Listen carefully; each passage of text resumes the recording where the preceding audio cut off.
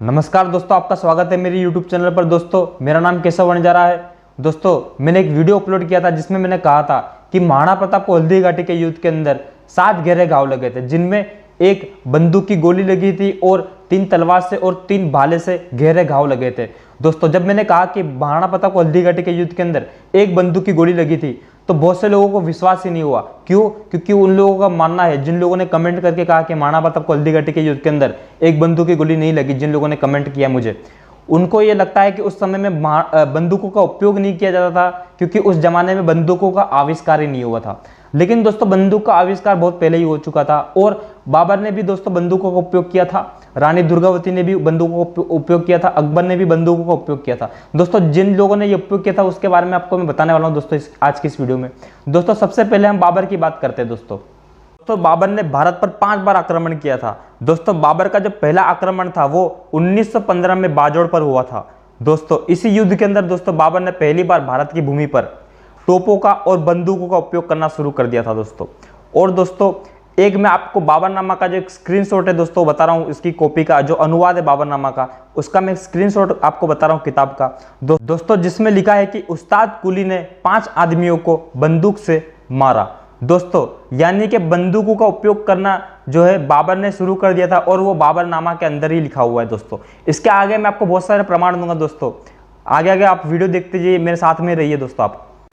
दोस्तों 17 मार्च 1527 के अंदर महाराणा सांगा और बाबर के बीच में खानवा के मैदान में जो युद्ध लड़ा गया था, उस युद्ध के अंदर बाबर ने तोपों और बंदूकों का उपयोग किया था दोस्तों। और इस युद्ध के अंदर दोस्तों राजपूतों ने बंदूकों का सामना किया था दोस्तों अपनी तलवारों से। दोस्तों इस मैदान में जो युद्ध हुआ था उसके बंदूकों ने दोस्तों, बंदूक की गोलियों ने पहाड़ी चट्टानों को दोस्तों पूरी तरह से छलनी कर दिया था दोस्तों। आज 490 वर्षों के बाद भी दोस्तों वहां पे खानवा के मैदान की जो चट्टानें हैं दोस्तों, उसमें बंदूकों के जो गोलियों के जो निशान है वो देखे जा सकते हैं दोस्तों जब 1523 के अंदर ही बाबर ने बंदूकों का उपयोग करना शुरू कर दिया था, तब क्या हल्दी घाटी के युद्ध के अंदर बंदूक का उपयोग नहीं हुआ होगा? क्या महाराणा प्रताप को हल्दी घाटी के युद्ध के अंदर एक बंदूक की गोली नहीं लगी होगी जब 1523 के अंदर ही बाबर ने बंदूकों का उपयोग करना शुरू कर दिया था? दोस्तों ये तो मैंने आपको बाबर की बात बताई जो महाराणा प्रताप से पहले हुआ था। अब दोस्तों मैं आपको वो बात बताऊंगा जब महाराणा प्रताप के समय में ही बंदूकों का उपयोग होता था, इसका मैं आपको प्रमाण देने वाला हूँ। दोस्तों अबुल फजल जो अकबर का लेखक था, वो रानी दुर्गावती की प्रशंसा करते हुए लिखता है कि गढ़कटंगा के ऊपर रानी दुर्गावती नाम की एक रानी का राज है जो अपनी अक्लमंदी बहादुरी के लिए काफ़ी मशहूर है। बहुत सी काबिलियत के कारण 70,000 गांव जितने बड़े इलाके पर रानी दुर्गावती का बोलबाला है। और दोस्तों रानी दुर्गावती अपने तीरों और बंदूकों से अचूक निशाने लगाने के लिए काफ़ी मशहूर है। दोस्तों अबुल फजल लिखता है कि रानी दुर्गावती अपने तीरों और बंदूक से अचूक निशाने लगाने के लिए काफ़ी मशहूर है। दोस्तों यहाँ पे अबुल फजल ने ये बात लिखी है, यानी कि इसका मतलब यह है कि उस जमाने में बंदूकों का उपयोग किया जाता था। तो इसमें कोई संदेह नहीं होता है, इसमें कोई शक नहीं है कि हाँ महाराणा प्रताप को भी हल्दी घाटी के युद्ध के अंदर एक बंदूक की गोली जरूर लगी होगी। क्यों?